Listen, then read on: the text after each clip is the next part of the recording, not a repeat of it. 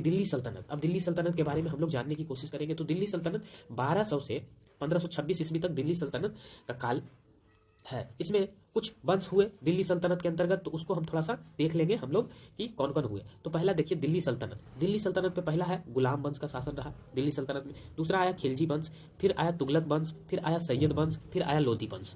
ठीक है, तो इन 5 का याद रखेंगे। अब इनके बारे में थोड़ा हम आगे डिटेल में देखते हैं कि क्या क्या है, किनका शासन किस प्रकार और कैसे रहा। तो जो गुलाम वंश के संस्थापक कुतुबुद्दीन ऐबक को कहा जाता है। कुतुबुद्दीन ऐबक जो था वो इसकी राजधानी कहाँ थी? लाहौर, जिसमें 1206 से 1210 ईस्वी तक शासन किया।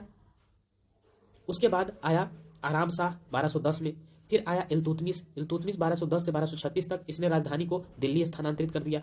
रुकनुद्दीन फिरोज शाह 1236 में बना। फिर रजिया सुल्तान, यह इसने शमसी वंश की स्थापना की। उसके बाद है मुइजुद्दीन बहराम शाह 1240 से 1242 ईस्वी तक। अलाउद्दीन शमशूद शाह 1242 से 1246 ईस्वी तक। नसीरुद्दीन महमूद, ये 1246 से 1265 ईस्वी तक। उसके बाद आया बलबनी वंश, गयासुद्दीन बलबन 1265 से 1287 तक शासन किया।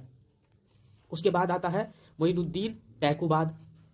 इसके बाद शमशुद्दीन क्यूमर्स 1290 ईस्वी में, और ये इस वंश का आखिरी शासक था। किस वंश का? गुलाम वंश का। गुलाम वंश के आखिरी शासक के बारे में हम लोग जान लिए। अब देखते हैं कि खिलजी वंश। खिलजी वंश का संस्थापना किया जलालुद्दीन फिरोज खिलजी।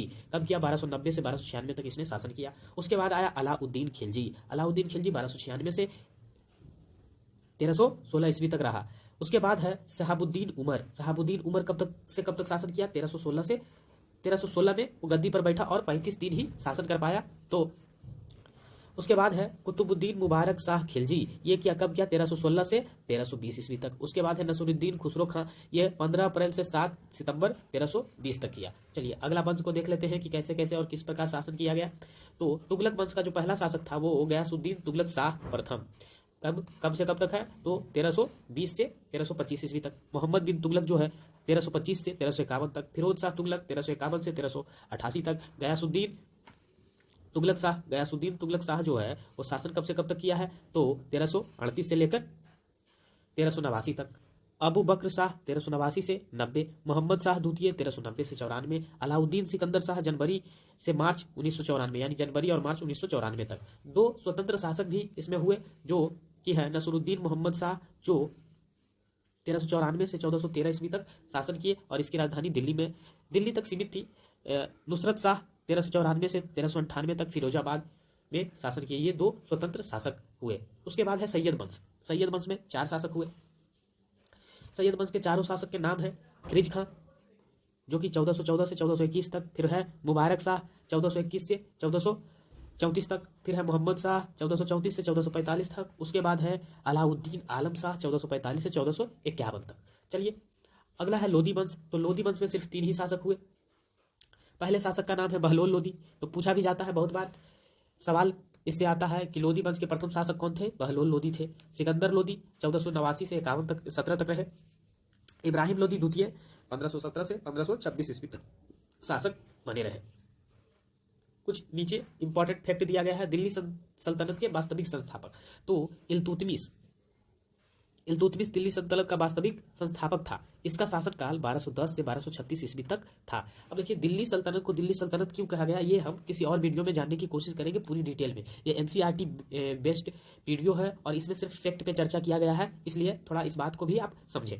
इल्तुतमिश ने दिल्ली सल्तनत के अस्थायित्व के लिए अनेक कार्य किए, जैसे तुर्कान चहलगानी का गठन, विरोधियों का दमन, नवीन प्रकार के सिक्के का प्रारंभ।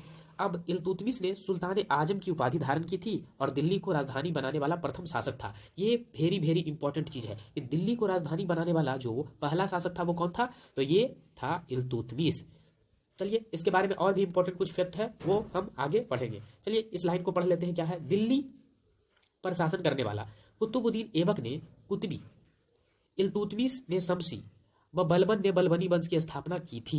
तो इस बात को भी ध्यान रखेंगे कि कभी कभी एग्जामिनर क्या करता है ना कि इनसे सवाल पूछ देते हैं कि कुतबी वंश कुतुबुद्दीन ऐबक शुरू किया था, ये याद रखेंगे। शमसी वंश इल्तुतमिश से शुरू किया था, स्थापना किया था, ये याद रखेंगे। बलबनी वंश को बलबन ने स्थापना किया था, ये याद रखेंगे। इसके बाद आता है गुलाम वंश।